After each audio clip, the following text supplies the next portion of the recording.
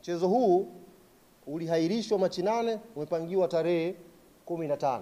Klabu ya Yanga imesema haitashiriki huo mchezo, na ndio msimamo ambao uliwasilisha kwenye kikao mbele ya bodi.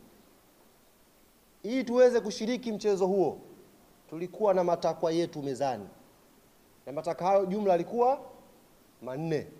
Katika haya 4, ndugu zangu waandishi wa habari, 3 ni matakwa ambayo tunaamini yakitekelezwa kwa haraka, klabu yetu ya Young Africans itakuwa tayari kwenda uwanjani kwa tarehe nyingine tofauti na 15 kwenda kucheza mechi ya Kariakoo Derby. Lakini takwa moja katika hayo 4 ni takwa la muda mrefu, sio takwa la leo wala kesho. Kwa hiyo asitokee mtu akawadanganya kwamba klabu ya Yanga imekuja kuomba haya, alafu katika haya kuna mchakato sijui upitie uende wapi. Ni uongo. Tumeomba matakwa 4 na matakwa haya yapo kwenye phase 2, na barua yetu tuliyowasilisha bodi ya ligi imejielezea specific kwamba mkitekeleza matakwa haya 3, bungi inapigwa. La kwanza linakwenda sambamba na la pili. La kwanza, klabu ya Young Africans imetaka kuvunjwa mara moja na kujiuzulu kamati nzima ya uendeshaji na usimamizi wa ligi kuu Tanzania. Hii ilikuwa namba 1, kuvunjwa au kujiuzulu kwa kamati nzima ya uendeshaji na usimamizi wa ligi Tanzania. Takwa hili linakwenda sambamba na takwa la pili la kujiuzulu kwa afisa mtendaji mkuu wa bodi ya ligi, CEO wa bodi ya ligi.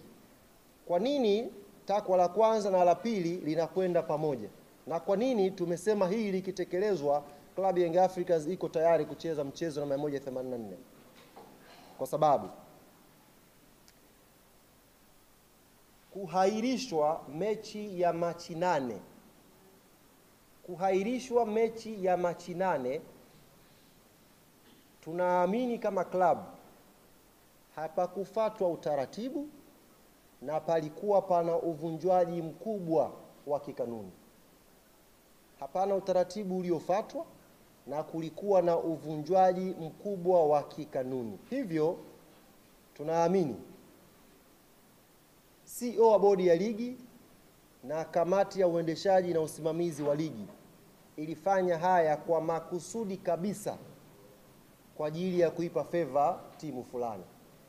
Sasa basi, kwa sababu watu hawa wamevunja kwa makusudi kwa ajili ya kuweka upendeleo kwa baadhi ya timu kanuni na kuhairisha mchezo wa Machi 8, Club Young Africans haitakuwa tayari kushiriki mechi hii ya 134 namba 84 kama kamati nzima ya uendeshaji na usimamizi wa bodi haitajiuzulu au kuvunjwa na afisa mtendaji mkuu pia na yeye kuondoka.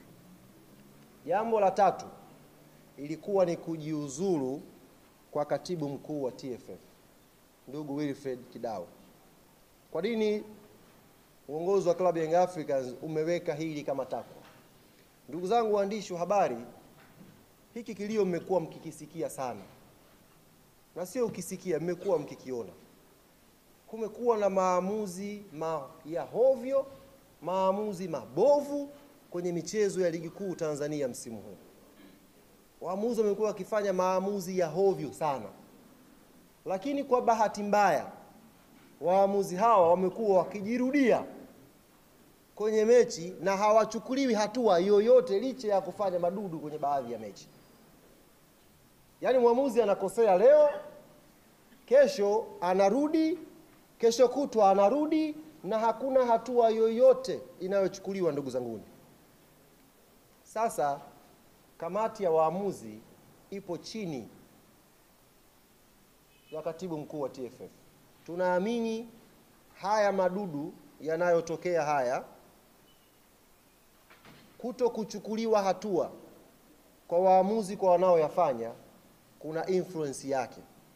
Hivyo na sisi hatutakuwa tayari kucheza hiyo mechi ya namba 184 kama katibu mkuu wa TFF hatakuwa amejiuzulu. hatutakuwa tayari kupeleka mechi pale the same referees kwenye chombo kile kile, mtu yule yule, na tukapeleka timu. There is no way hilo ikatokea. Na hii nimeisema specific mpate kuielewa. Katibu mkuu wa TFF, kamati ya waamuzi ina ripoti kwake, na madudu yote ambayo yanapigiwa kelele na klabu ya Young Africans imeainisha kwenye ripoti yake mbele ya bodi ya ligi. Kila kosa la waamuzi tumeliainisha mbele ya bodi ya ligi.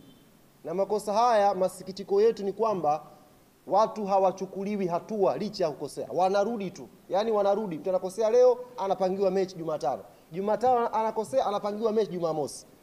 Repetition hii, uongozi wa klabu ya Young Africans hauoni kama katibu mkuu wa TFF anastahili kuendelea kwenye nafasi yake, kwa sababu hakuna haki inayopatikana kwenye pitch.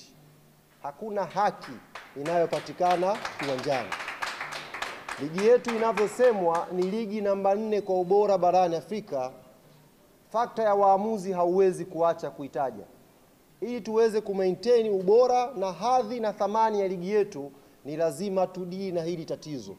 Na mzizi wake ni mtu anayeshughulika kupokea hizi ripoti, anatakiwa awajibike. Na mtu huyu ni katibu mkuu wa TFF, Wilfred Kidao. Sasa kwenye barua yetu, haya matatu nilowatajia, ndugu zangu waandishi wa habari. La kwanza, kuvunjwa kwa kamati ya usimamizi na uendeshaji wa bodi ya ligi. Namba 2, kujiuzulu kwa afisa mtendaji mkuu wa bodi. Namba 3, kujiuzulu kwa katibu mkuu wa TFF. Haya matatu, na kwa barua yetu tumeelekeza haya matatu yakifanyiwa kazi, haya matatu ni matakwa ya muda mfupi, tutakuwa tayari kupeleka timu. Takwa la 4 tulisema ni uhuru na mageuzi ya kimuundo ya bodi ya ligi. Na barua yetu ilikuwa very clear kwamba hili ni jambo tunalotazamia la muda mrefu. Sio kama mnanielewa vizuri. Hili ni jambo la muda mrefu, next season huko tunaweza sasa kuanza kufikiria kuwa na bodi huru inayojitegemea, na ndio standard za dunia, kuwa na bodi huru inayojitegemea. Niwape mfano ndugu zangu waandishi wa habari. Kwenye press conference hiyo press alofanya CEO wa bodi ya ligi leo, nyie mlikuwa pale, amezungumza na mnaona namna gani bodi ya ligi haina power. Kazungumza, mlikuwa mnasikia namna gani amesema kuna chombo cha juu cha kuahirisha mechi. Namna gani amezungumza kuonyesha bodi ya ligi haina decision zake. Sasa sisi hii tulitoa kama pendekezo ya next season, sio kwenye kusolve issue ya Kariakoo Derby. Ieleweke vizuri na asipotoshe mtu hapa. Maana nimeona CEO wa bodi ya ligi amepiki huo kama mfano, kama mapendekezo ya Yanga ni ya muda mrefu, kwa mfano muundo wa bodi ya ligi. La kuondoka yeye hajasema. Yeye kapiki kwamba bwana mapendekezo ya Yanga ameyaleta, ukiyatazama mengi ni ya muda mrefu. Hatuwezi kuyashughulikia hapa, sio iende wapi. Matatu ya muda mfupi tumeainisha, na barua yetu ilikuwa very clear kwake yeye. Hakuna muda mrefu, very clear, ni ya muda mfupi. Tumewakilisha na tumeeleza. Kwa hiyo tunafikiri haya matatu yakifanywa kazi, haya mbungi itapigwa. Sasa niwaambie ndugu zangu waandishi wa habari, kama haya matatu hayatafanywa kazi, kama kamati ya uendeshaji ya ligi haitavunjwa na hawatajiuzuru, kama afisa mtendaji mkuu wa bodi hatajiuzuru, kama katibu mkuu wa TFF hatajiuzuru, klabu yetu ya Young Africans msimamo wake ni huu: hatutashiriki mechi namba 184, hatutacheza mechi zilizobaki za ligi msimu huu, 2 zilizobaki. Klabu yetu haitashiriki pia ligi kuu msimu ujao. Yaani sio kwamba ni hapa. Hatutacheza mechi namba 184, hatutacheza viporo viwili vya ligi vilivyobaki, hizo mechi 2 za ligi, na hatutashiriki rasmi ligi kuu msimu ujao. Taratibu nyingine zote zinaendelea kwa kamati tendaji. Tutakwenda wapi, tutafanya nini, tunajua cha kufanya. Na nitumie fursa hii kuwaambia wote ambao mnafikiri kwamba tunafanya mzaha, ndugu zangu, kwenye hili we are more than serious. Tuko serious zaidi ya mnavyodhani. zaidi ya mnavyofikiria. Na kama yuko mmoja wao pengine anakaa na kuwadanganya kwamba kuna pointi ya Yanga itapunguzwa, ndugu zanguni, huyo mtu aache hayo mawazo mara moja. Hakuna pointi ya Yanga itaguswa, na kama yuko mwanaume kugusa hiyo pointi aguse, aone nguvu ya wananchi inazungumzaje. Kama yuko huyo mtu ambaye anawaambia punguzeni pointi hapa, aguse na ajaribu kugusa hata nusu pointi. Hiyo pointi 15 mbali, nusu pointi aguse, alafu ataiona nguvu ya wananchi inazungumzaje.